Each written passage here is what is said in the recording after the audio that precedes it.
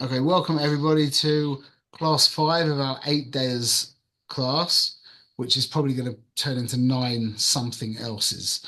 We're not sure yet. We're still working on that. But right now we're up to what is the fourth Dayah, which in Hebrew is Asay et Ha'ikah, which in English is do what matters. So right now we've got four incredibly powerful statements. Number one is live life. Number two is be humble. Number three is know your mission. Number four is do what matters. And they're all absolutely essential. Live life means that you have to take responsibility for your own life. Okay, like we've said over and over, it's not about what he throws at us, it's about how we catch it. And we've all got different trials and tribulations, and we've all got different strengths and talents. And it's all about how we deal with it, and that's what live life is about. Live life is about taking responsibility for the gap between stimulus and response. Stuff happens to us, then we have to pause, and then we have to, instead of react, we have to proact, meaning we have to choose the response. And that sounds like, yeah, well, of course, but it's not the default. The default human experience is that we don't proactively react. So the goal is to the goal is to proact, meaning. So let me just turn off something here. 1 minute. The goal is to choose our reaction. That is called live life. Now, once we're doing that, which is basically the difference is zero and one, now we've got to be humble, because without humility, we're not available to change. Even if we proact, yeah, and we are taking responsibility for our reaction, so to speak, unless there's a genuine humility, um, there is no change. We're too weak. We're too scared. We've got too many defenses up to be able to change. So that was the second day. Then the third day was know your mission. And that means once you've determined that you're playing the game, now we have to work out what the game is. So before we've decided to live life, we're not even playing the game, we're being played by the game. But once we've now decided to play the game, now the question is, um, what game are we playing? And that's know your mission. So we said know your mission. Basically, the first thing, the most important thing is just work out what you're about. Just work out what you're about before we can get involved in Torah and understanding the our chiyuvim al Torah, etc. But even before that, just work out what you care about. And we said the most powerful way of doing that is by writing your own eulogy, thinking like, what do I want people to remember me for? And I bet you no one's going to talk about a Ferrari or even a massive business. No one's going to put. No one cares. No one. At the end of the day, maybe the impact that I had. Maybe I made a massive impact on people's lives and I helped a lot of people. That kind of thing. But no one cares about my business. He built a Fortune 100 business. Who cares about that? So thinking about what you would like your wife or your children or whatever it would be to say at your levaya, that is a really powerful way of connecting to what you really value. And once you've connected to what you really value, then you can articulate it clearly, and then what that will lead to, B'ezrat Hashem, as we were speaking about before, is a mission statement. And a mission statement is like it's like your own constitution. It's like your own Ten Commandments. And like Cecil, is it Cecil B. DeMille? I think. Yeah, he said you can't break the commandments.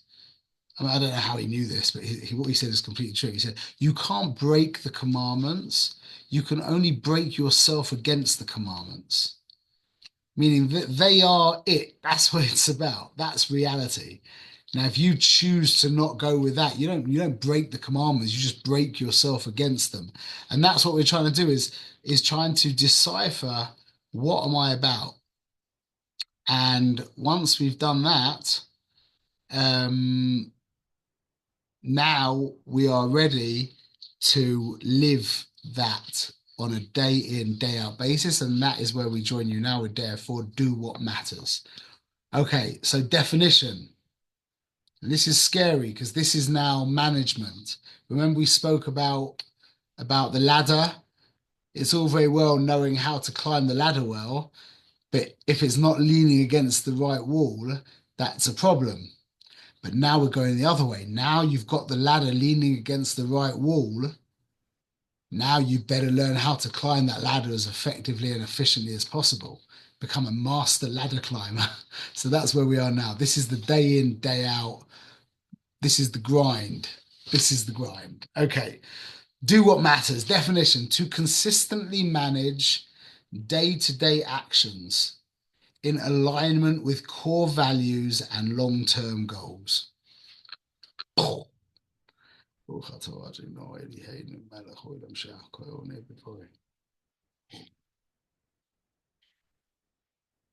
say again, definition: to consistently manage day-to-day actions in alignment with core values and long-term goals. Could you imagine that? Isn't that just the most amazing thought?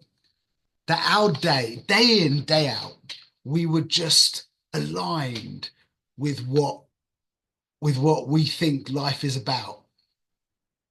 Isn't that just the most like fantastical thought? It's like a Harry Potter film. You're living your life on a day to day, every day, without exception, including Shabbos. You are moving in a direction that you've chosen. I'm tingling just thinking about the idea, no? Isn't that amazing? Just amazing. I mean, yeah, you have know your mission. Now it's do it. Exactly. That's it. That's it. Once you've determined what wall your ladder is leaning against, now start climbing the ladder. And why would you ever take a minute out from climbing it? If you've got a destination to get to, why wouldn't you be trying to get there 24/7? Maybe you've got a couple of destinations to get there. Okay. And they definitely can't be opposed. They should all be going towards. And by the way, that doesn't mean that you're trying to build some organization to save the whales or something like that. You could have determined, like a Jewish woman should have determined that her mission is to raise healthy, balanced, happy, um, competent children. That's the main. That doesn't take much thought for a mother to come to that. To come to that idea that that's really the focus of my life is raising these children to become fantastic. Yeah. So it's not like it has to be some kind of some kind of organizational career thing that you're trying to build. That's not at all the case. It could just be that you've decided that your mission is to be truly, pardon me, to be truly humble. If you feel that that's really what it's about, and then you'll try and help other people become humble. And you might open up a organization to help people become humble. That's maybe what I'm doing. But that's all just part of that's more like the graphics a bit. But now it's about getting that I suppose that dream. It's more than a dream. It's not fair to call it a dream. Like that direction, just making sure that you're always going in that direction. That doesn't mean that you don't have time to sit down and rejuvenate. Yeah, of course it doesn't. If you're not gonna sharpen the saw, you're not gonna be able to keep going in that direction. But as long as you we'll talk about it. Okay, so the definition is to consistently manage day-to-day actions in alignment with core values and long-term goals. Okay, hold on to your seats. Reverse definition. To be sidetracked by the insignificant, neglecting one's core values and life mission. That sounds a little bit more, a little bit more realistic, no? To be sidetracked by the insignificant, neglecting one's core values and life mission. That's what we're trying not to do. Being sidetracked by the insignificant. And when Stephen Covey wrote this book, he wrote it close to 50 years ago. That's amazing. About 45 years ago. Um, Life was very, very different. I don't even think the internet, I think the internet was like a dream in someone's mind at that point. That was even before you'd have the telephones, which would be like, the noise when you'd phone up, yeah. So when he talks about getting slapped by the insignificant, yeah, it wasn't like what we're dealing with. Shalom there. So the definition is to consistently manage day-to-day actions in alignment with core values and long-term goals.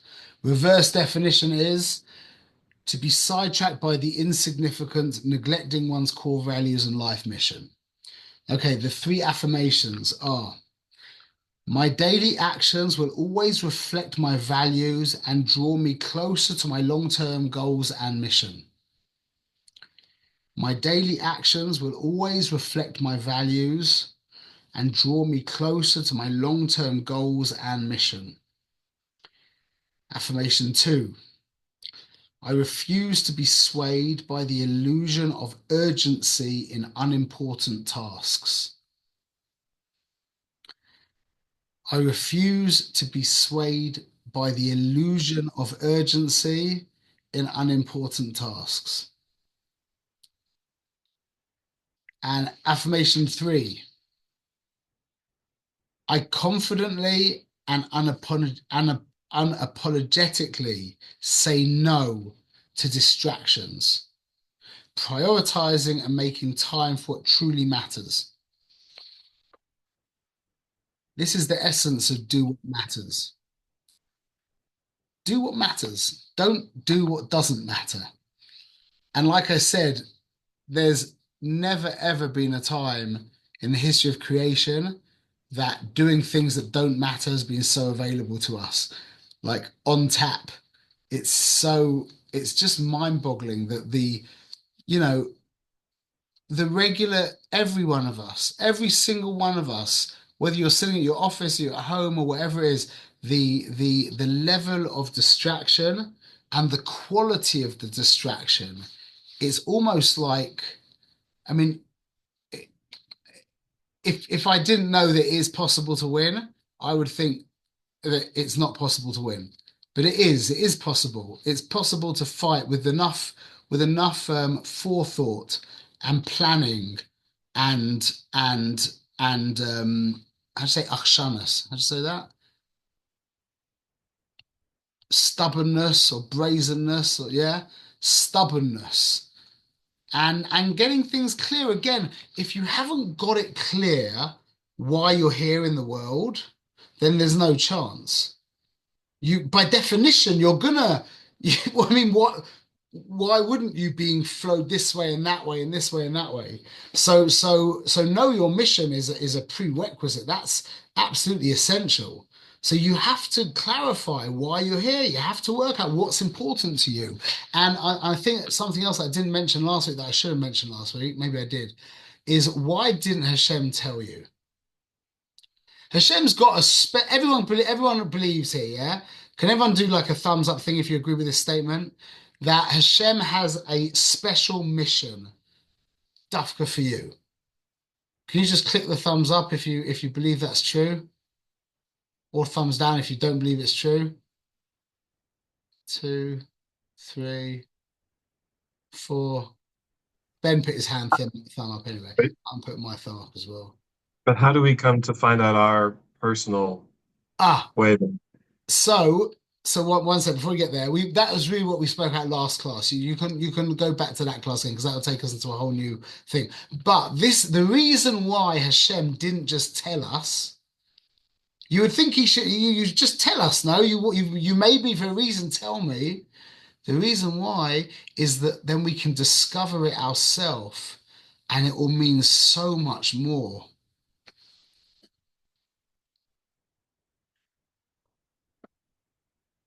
If you can discover it yourself, you will be able to identify with it on a much, much deeper level.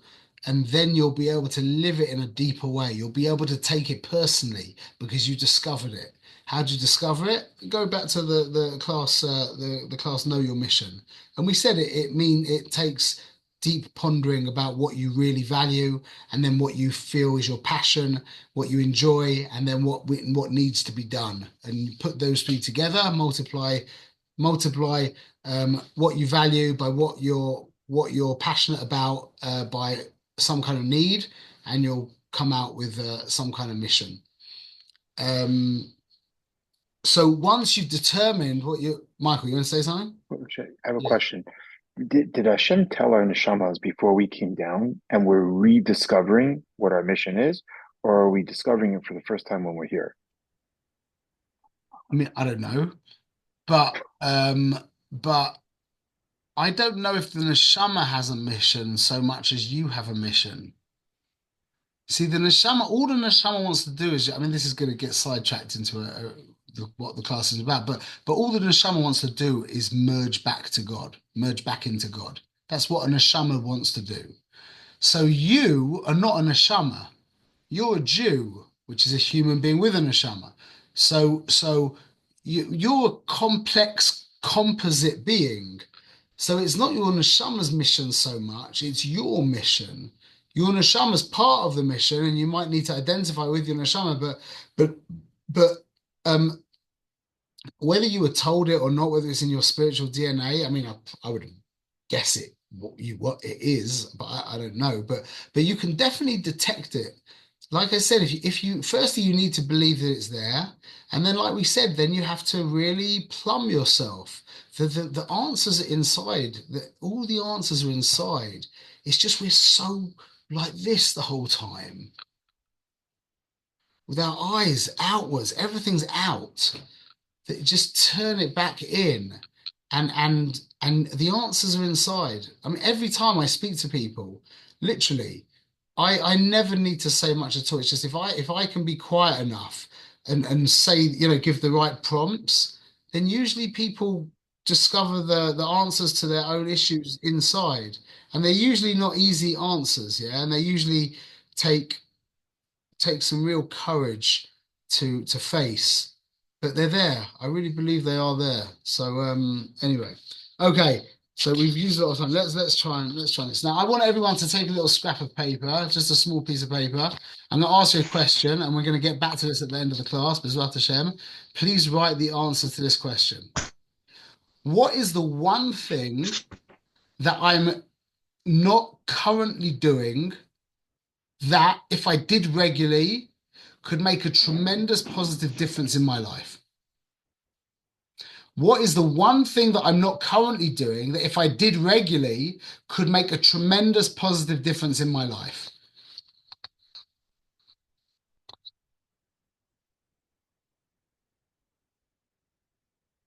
Okay, we'll get back to that. Okay, so we said that know your mission is what we call leadership. Yeah, that's determining what wall to lean the ladder against. Yeah, do what matters is called management. That's now how do we the one thing or a thing that would make a difference. Yeah, or yeah, either way, whatever pops to mind, as long as it's something that you're not doing that you should be doing.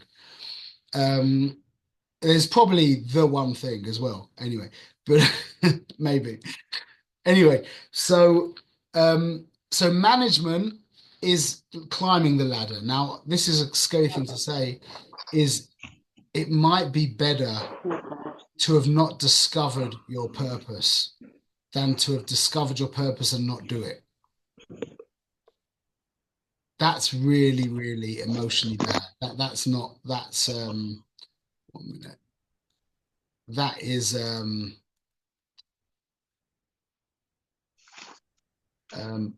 was it Mrs. Silver? Can we turn me on mute? It's not going on mute. Shmuel, do you know somebody who says, I know my purpose? Does that exist? I know. Not look, I mean, all I daven for is for Hashem, please show me why you created. That's literally my only prayer. Every now and again, something else pops in, but literally all I pray for is Hashem, please explain to me, show me why you created me. Yeah, but so you have your mission, but whether, it's not like, oh, now I know why I'm here. Like but you have your mission, as in you've got your direction that you're moving in. Yeah. And that's what I'm saying. You have to detect these things coming along. You create your mission statement, and you know what values you're living for, and you put it together. When you say you know your mission, I understand why you just asked me that question, because you don't know this exact, but you put it together. And then another important thing is, your specific mission might not come until a much more advanced age. Like, I know that I'm now 45, I'm nearly 46. And a couple of years ago, I had no idea not no idea, not no idea, but I didn't see how it was coming together. I just wasn't wasting time. And that's actually the perfect question to speak about in regards to this, because that's actually the perfect question, Baruch Hashem. Because when you don't mamash know what you're doing, yeah, like a 20, 30-year-old, yeah, how much do they know how much have they done in life to know where it's going, yeah? But if you're making sure to not waste time, you can be absolutely positive that soon enough you're going to find out what it is you're here to do. What's wasting time? Watching YouTube. That's wasting time. And filling your X. Everyone knows what their wasting time is, yeah? I know Jonathan. Jonathan likes to look at comics, yeah? I like to look at YouTube. Everyone's got their X, yeah? Everyone knows what their X is. But if you can avoid that, whatever it is, I'm not saying you have to never ever do that. You need time out sometimes. But if you can avoid the wasting the time, and you can try and align yourself with purposeful goals, yeah, it will reveal itself to you. Hashem will reveal it to you. If a person is cognizant of what he's here to do on some kind of level, and he's not doing it, which is basically most of our default situation, that will lead to feelings of guilt, feelings of regret, self-betrayal, yeah, which leads to self-hate, which is probably the worst thing. And it leads to a downward spiral of self-doubt. And eventually it can lead to a loss of identity. It's if a person has some idea of why they're here, yeah, which basically every Jew does, because we know we're here to do Torah mitzvahs.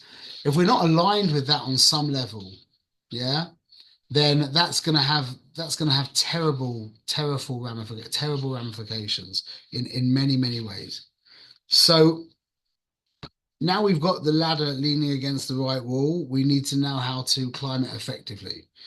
What stops us from climbing it effectively? Chazal said it in 2 words. It's a code. It's a code word. The word is roshtus, which they translate as a spirit of insanity.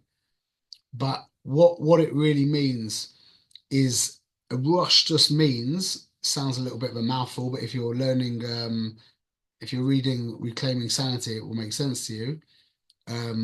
Rush just means identifying with emotions and emotional thinking. That is what causes all the problems. Is an identification with emotions and emotional thinking, because we just don't feel like doing what we're meant to be doing. We know what we're meant to be doing, and we just don't feel like it. And because we are so thoroughly identified with our emotions, it feels like almost impossible to say no or to rip ourselves away from that. So the identification, again, it's a code word, rushed, but the identification with emotions and emotional thinking is what prevents us from doing what matters. And now this leads, what happens here, we've spoken about this many times, is this leads what I've coined, I came up with a word for it now, it's called the ETL, the emotion thought loop. The emotion thought loop. The ETL, yeah, everyone got that? The emotion thought loop, the ETL. What the ETL is something that we live with all the time, okay? You feel a certain way, and usually it's because of something silly, like you ate the wrong food, or you ate at the wrong time, or you didn't get enough sleep, or you banged your foot, or you lost some money, or some funny thing happened, yeah? And that produced a chemical in the brain. Yeah, the endocrine system excreted some kind of nasty chemical, which in the old days they used to call a demon. Yeah, it comes into the blood and it makes you feel like, or however it makes you feel all kinds of different ways. Yeah, but it's a demon. That's why they used to call it a demon. Nowadays we call it a chemical. Yeah, that's what they used to call in the old days demons. We call them now chemicals, and they're produced by the brain. Yeah, and the brain and its cohorts, mainly by the endocrine system. They're generally chemical. They could also be mechanical, like the heart could pump in a different way. They could also be electrical as well, like through the nervous system. But nearly all the time they're chemicals. So what happens is something happens. Now the brain reacts. It produces a chemical, and you now feel like that. Yeah, like, ugh. Now, because you feel like that, yeah, and your brain is this super AI, now your brain is basically saying, why do I feel like this? I know why. It's because of my dad. It's because of my dad and what he used to say to me when I was 6 years old. That's it. Yeah. And the brain is active. And it wasn't just my dad, it was my teacher as well. And I remember and that produces more of the chemical, and that produces more of the thinking, which produces more of the chemical, more of the thinking, and that is called the ETL, the emotion thought loop. It can also go up, by the way, but nearly always it just takes us down. Nearly always. Rahmanas. So we have to be very, very careful of that. That is probably the most that is an outcome of the Roshtus, and that is possibly the most what's the word? The biggest ma'akev. How to say that? The thing that's preventing us the most from doing what matters. That ETL, the emotion thought loop, is probably our biggest enemy when it comes to staying aligned with what we think is really important. Okay, so what's the answer? The answer is discipline. But that's really annoying. You know where discipline, the word discipline comes from? From Ben, what say? Disciple? Yes, exactly. Square. Discipline comes from the word disciple. It means be a disciple to what you discovered in Dayah 3. Be a disciple to your mission. Be a disciple to your values. What does a disciple mean? An unwavering loyalty. I will be loyal to my values. I value humility. I value trustworthiness. I value patience. I value teaching. I value learning. I value time. Become a disciple to your values.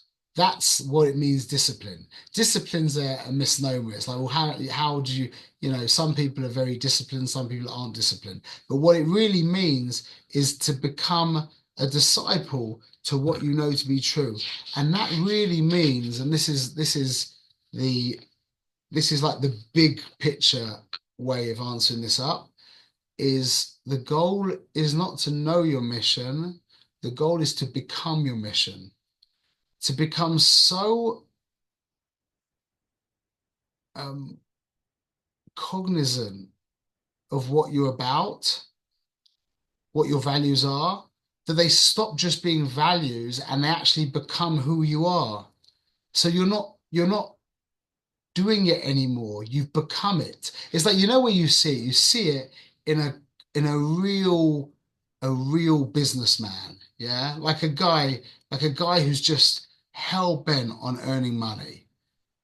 You don't need to everything, every interaction, his mind is, well, where, how, wheeling dealing, how can this help, how can that work, what can we do here, how could he is the desire to make money. Yeah, that's not a nice thing to be, but that's what we're trying to become with our mission. Once we've created our mission statement, is we need to try and become that mission.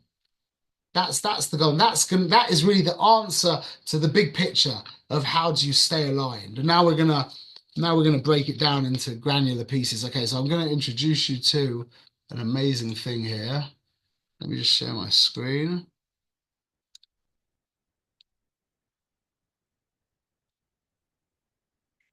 Can everyone see this? Yes. Let's zoom in a little bit more.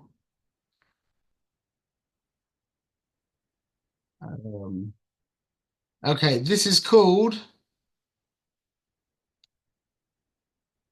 the Do What Matters Matrix. By the way, at the end of the course, all of this stuff will be available for you. So you can take a screenshot if you want, but you'll get it eventually anyway. Okay, we have to divide everything into 4 zones. Okay, we've got things that are urgent and important. We've got things that are not urgent and important. Then we've got things that are urgent and not important, and things that are not urgent and not important. Understanding this matrix is very, very important.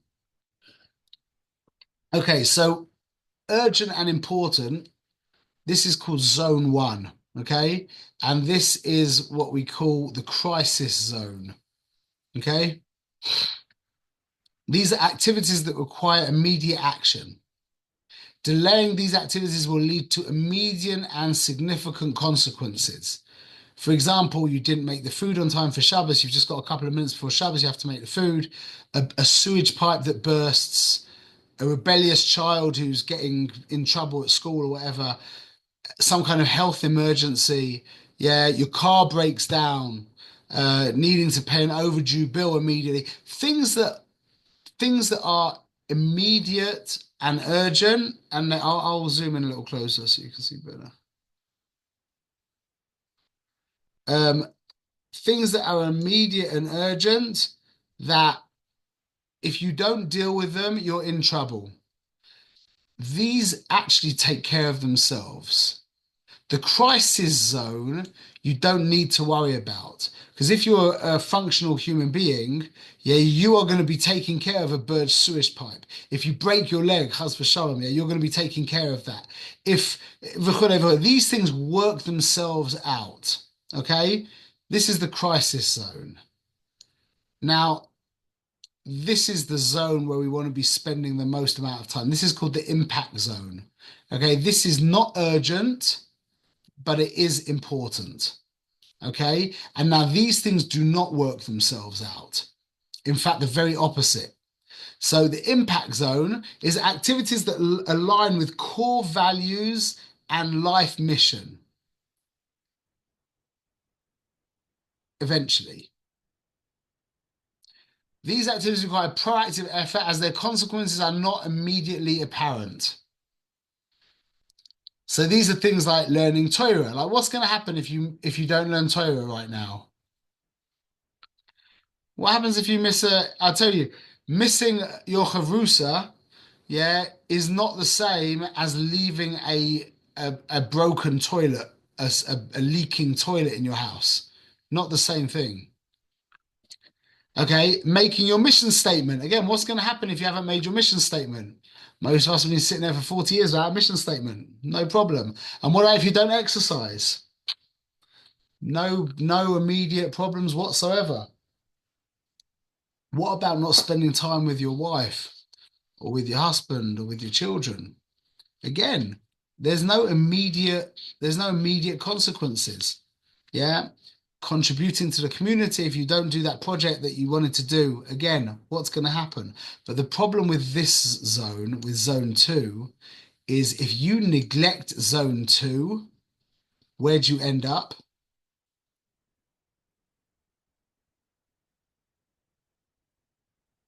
Zone 1? Biduk.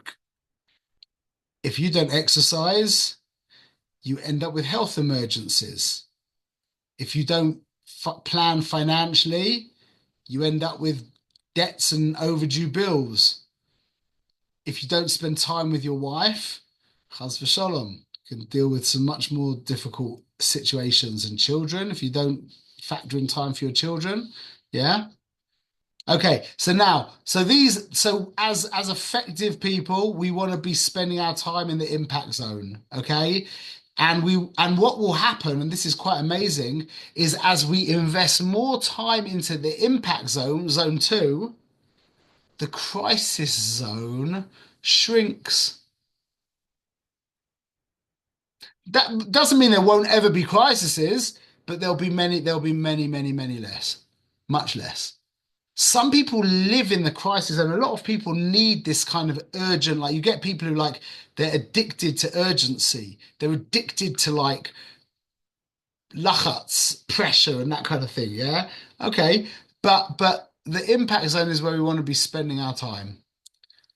Okay. Now we've got two other zones that we want to be staying away from. There's the distraction zone. This is zone 3. Activities that demand immediate attention but lack alignment with core values. Where does the word urgent come from, by the way? What's the shoresh of the word Urge. what? Urge. Urge, exactly. Like in Hebrew, the word for urgent is dachuf, which means to push. It's pushing you. That's the urge, the urgent zone. So I mean, these activities are driven by urgent yet insignificant external pressures. That's the key word, external pressures. For example, yeah, anybody here has ever watched the news? when when I was a kid, you know, there was the 10 o'clock news with BBC. And now it's like on tap the whole time, yeah. But when we used to watch the news, you remember the kind of music that would be involved? Like absolute drama, and the camera would spin round. You got that really serious person sitting there like that, you know. It was all it was designed, and it still is. Look, go do a Google search for news. It says breaking headlines, you know, breaking news. It's all urgent. It's everything in the news is urgent, but nothing is important. Literally nothing. I used to think that there was like a little bit of stuff that's important, but in my opinion now, watching Friends or Cheers is as good as is as useful. Maybe more useful than watching news. In fact, not maybe, for sure more useful. At least you get to laugh a little bit. You don't just sit there and wallow in misery and just ugh. So the news is urgent and unimportant, yeah? Checking your emails constantly. That's an urge. That's urgent, but it's not important. You don't need to do that. Indulging in irrelevant research that piques your curiosity. I do that all the time. That's it. Something pops up in your mind, and you're like, you know, you look back and you've like wasted 20 minutes going through different websites and for nothing, yeah? Getting caught up in unnecessary details like buying things. People do this a lot when they want to buy something, yeah? When someone wants to buy something, the amount of time they can literally throw away, it's just ridiculous. Unbelievable, yeah? WhatsApp, you understand, yeah, that's distraction, okay? But then we've got the nothing zone, yeah? YouTube. YouTube is nothing. Social media, it's even worse than nothing. Probably there should be zone 5, which is the destruction zone. That's social media. I think that's actually true now. I don't think Stephen Covey had that in his day.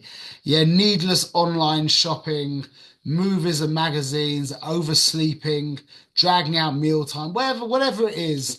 They're just nothing. Like, again, dragging out mealtimes. If you're sitting there with your kids schmoozing, that isn't dragging out mealtimes. That is the impact zone. You're spending time with your children. Yeah, that doesn't work on you.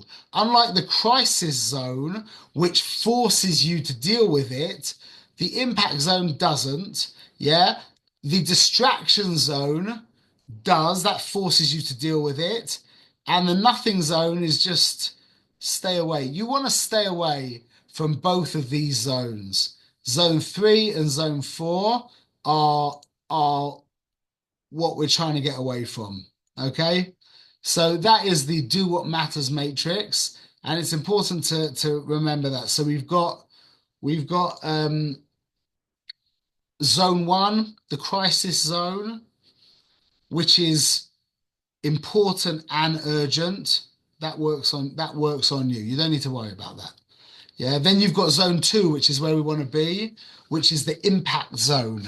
That is important and not urgent. That is where we want to spend as much time as possible. Yeah, Mayor.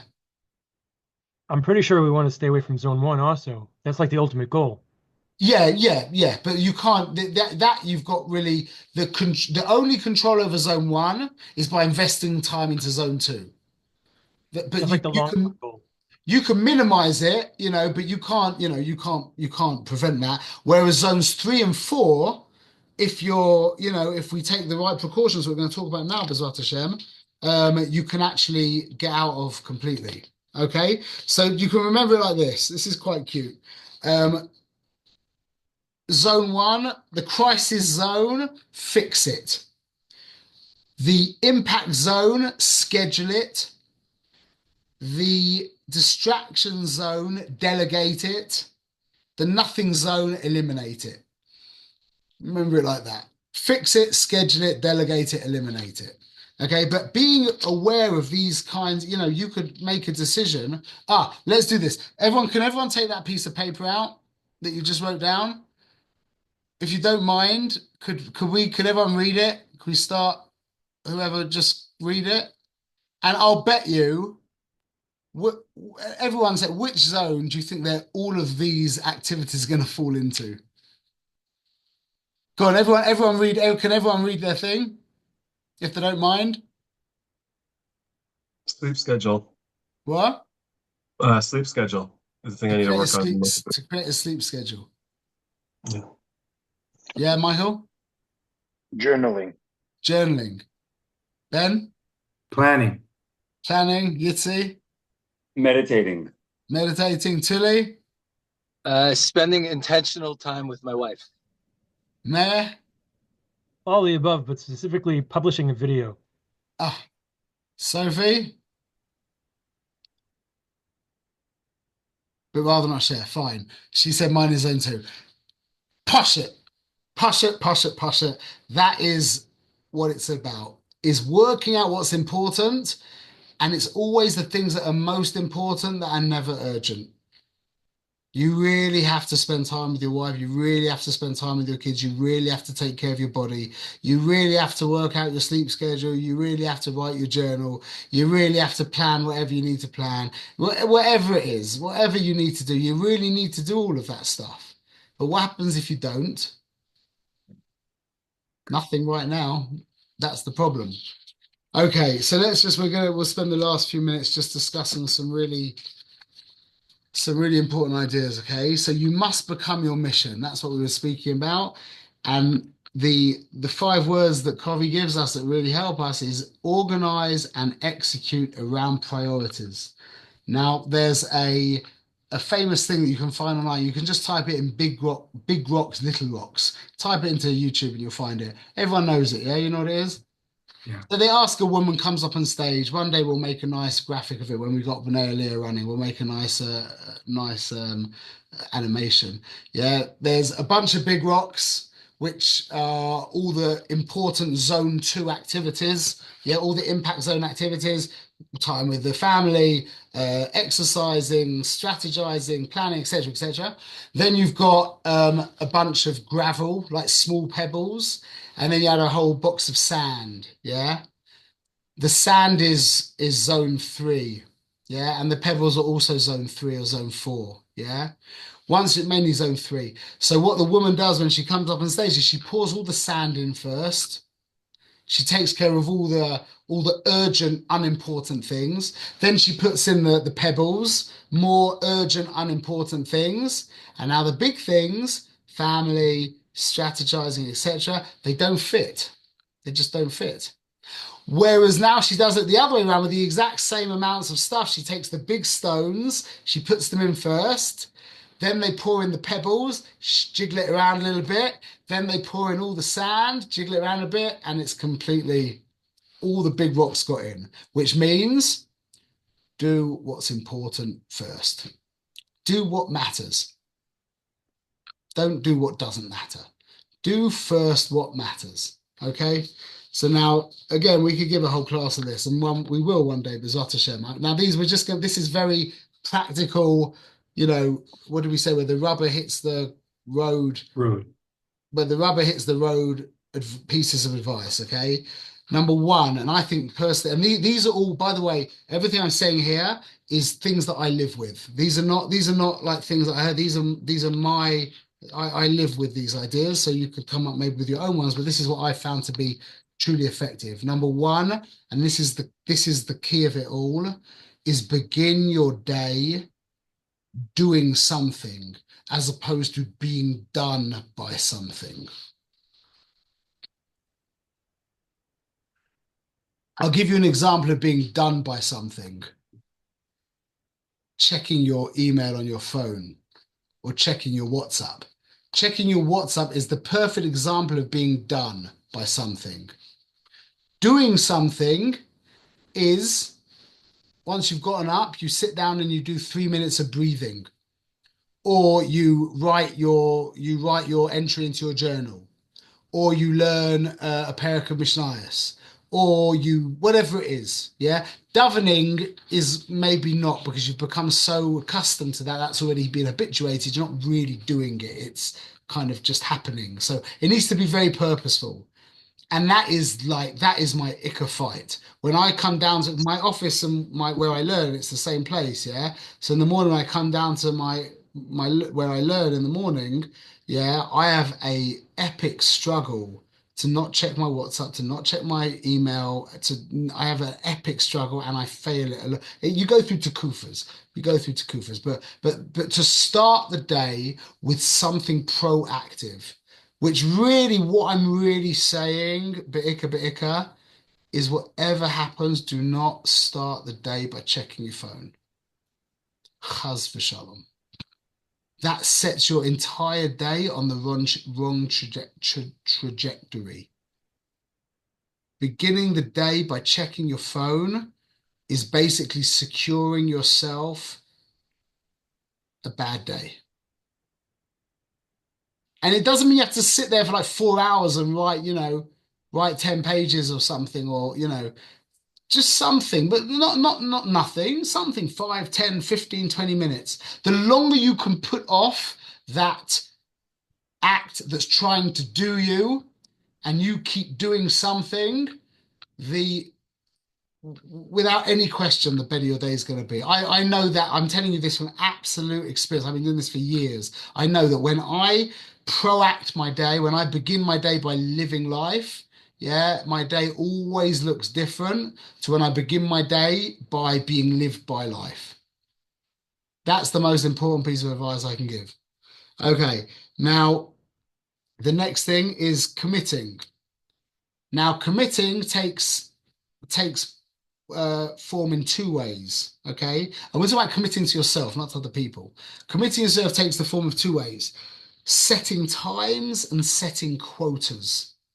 In Hebrew, we'd call that being kovei itim and being kovei shiurim. We've spoken about this, but this is its place to speak about. Okay, so we've got setting times and setting quotas. Now they've both got pros and cons. They've both got pros and cons.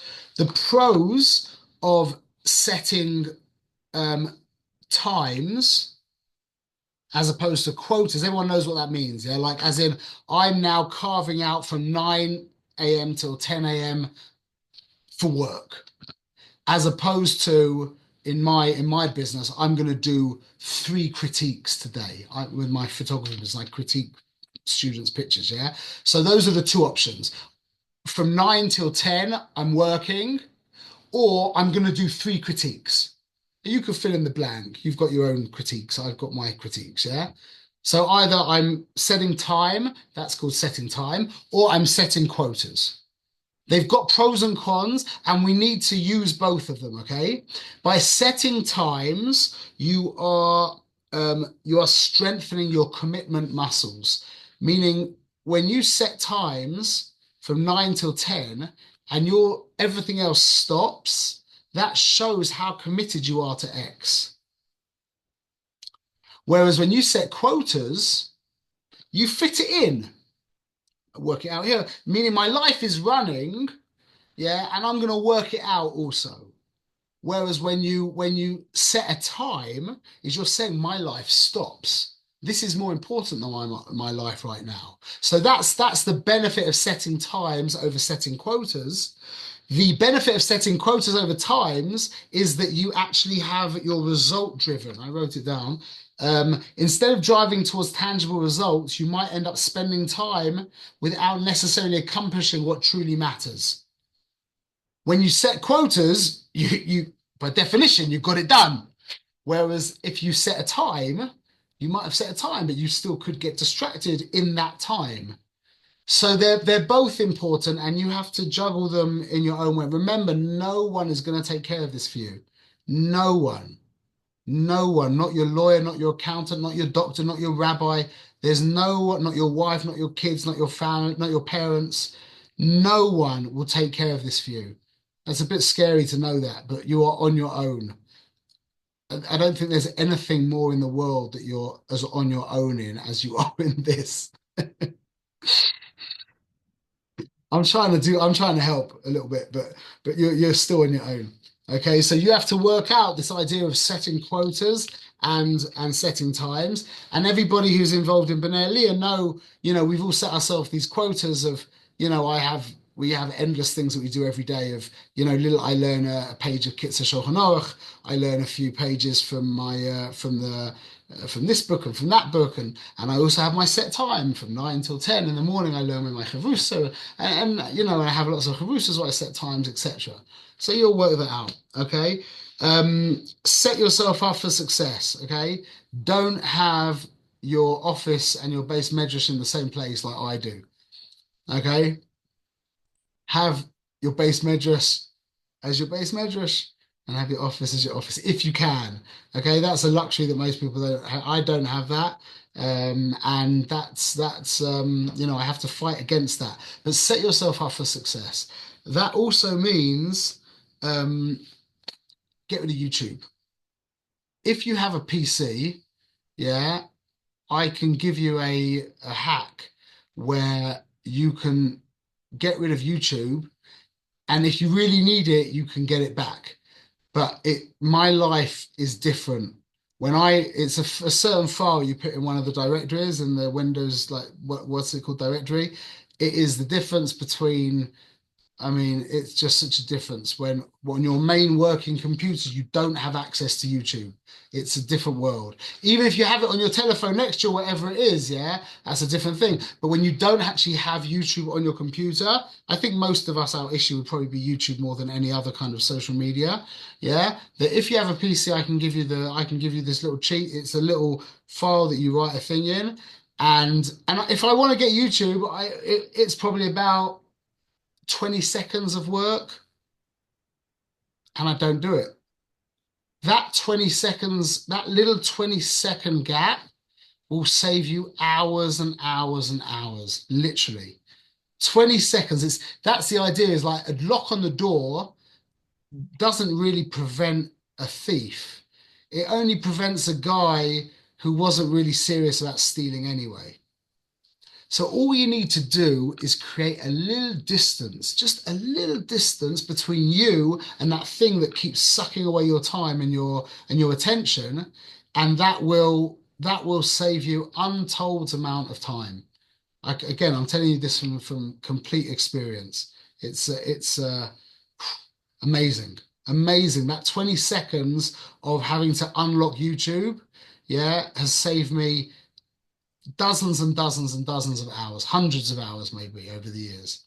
So if you're interested in that, I'll tell you that another time. Okay, we're running out of time. If anyone needs to run away, but I'm just going to finish this anyway. We've got another few minutes. Clearly define goals, okay? Have your goals clearly defined as opposed to vague goals. So I do things like I make what I do like a mini mission.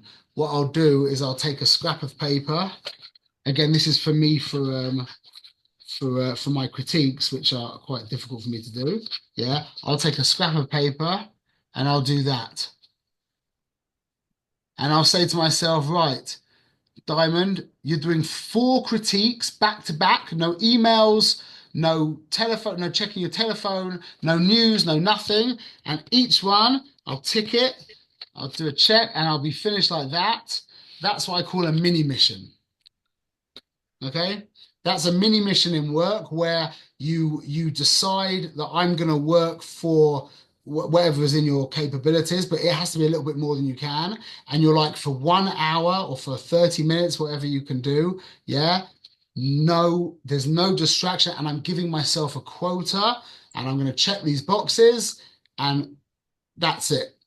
And you can, again, it takes practice and, you'll have better days and worse days, but we're trying to work out, techniques to stay online. Okay. What was it called? What was the category called? Sorry? What was this category called? This I call that mini missions. mini missions. A mini mission, like with what? It wasn't something goals. It was called mini break missions. it down. This is called break it down. Oh, thanks. Yeah. This is the idea of breaking things down. Okay. Also, I'm going to tell you a really deep story that I learned last year, and this was a really deep. This was amazing that I learned this. Is I took on last year to learn Pirkei Avos 48 times. And I worked it out that if I learned a perek a day, a chapter a day, yeah, and it's 6 chapters, and I do it every week, and I leave myself leeway of a couple of weeks to mess up, then I'll get through it 48 times. So fine. So I set to work a chapter a day, and I was having a nightmare. It was so difficult to learn a chapter a day. And I'm having to learn 3 chapters on Shabbos, and I'd miss a chapter a day and I'd cut 2 chapters the next day.